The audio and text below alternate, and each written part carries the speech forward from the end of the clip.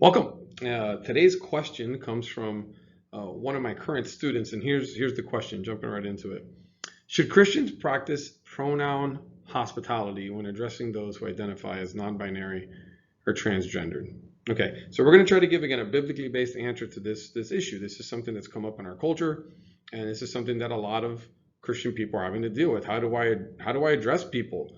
And again, the concern here is the balance between biblical truth that most Christians should know about this, and the desire to be courteous and the desire to be non-offensive. So first, let's jump in. Let's look at these terms, and let's look at what should a Christian do in this situation. So first of all, right, pronoun hospitality is this idea that we're going to use pronouns preferred by those who identify as a transgender person, right? Someone who identifies as the opposite sex of what they were born as, or a non-binary person, someone who doesn't identify as any gender or multiple genders, right, for the purpose of being courteous, right? That's what pronoun hospitality is. And that's what the culture is saying, hey, we should just be courteous to these people. Now, that's what they want to be called, and that's what we should call them. So, should Christians practice this for the sake of being able to more easily befriend and effectively proclaim the gospel to those who identify in that way, right? What should we do? Well, before we decide what we should do, we got to know what God's word says, right? Because as Christians, our foremost goal is to be accurate to God's word, is to accurately proclaim God's word and to stay true to God's word, right? Not to be necessarily courteous or non-offensive to people, although we want to do that too. But our priority is God's word. So let's look at what God's word says. God's word very clearly states that God created man in the likeness of himself, and he made them male and female. Genesis chapter 5, verse 1 and 2. God created the male and female. That's it. So biblical truth, there's two genders. So if you're a Christian listening to this, that shouldn't even be a question for you. Biblical truth is there's men and there's women, and that's it. Now, I understand if you're not a Christian watching this, you might not agree with that. But we're talking about biblical truth. Biblical truth is there are two genders, male and female. God repeats himself in the Gospel of Mark and Matthew, Jesus speaking in this case.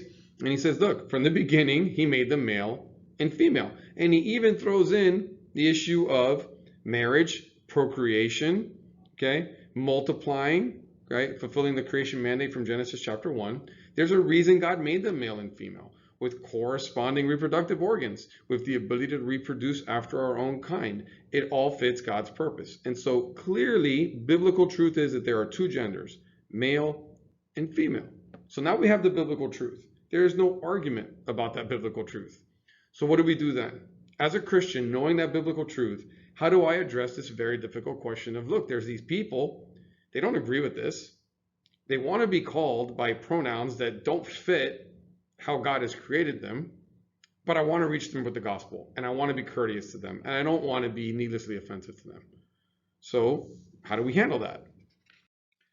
And so as we look at that, right, here's what we should do as Christians. We should not in any way be affirming or even give the hint of affirming something that God's word so clearly speaks on.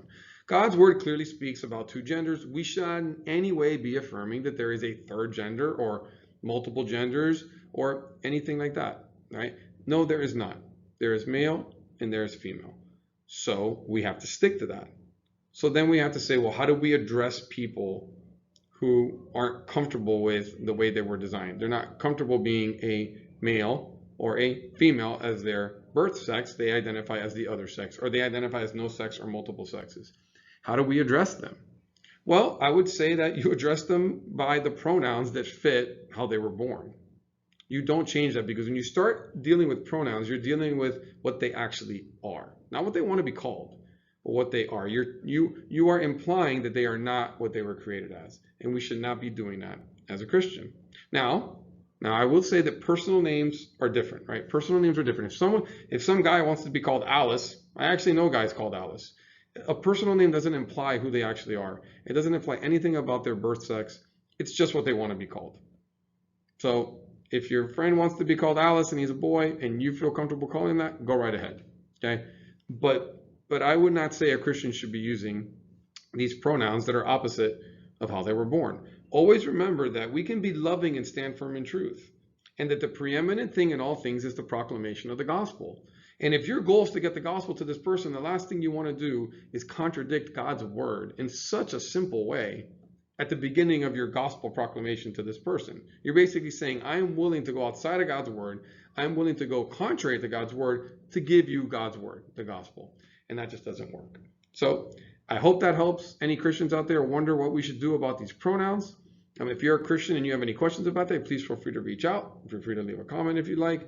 If you're not a Christian, I understand you may not agree with this, but this is the biblical position on this topic.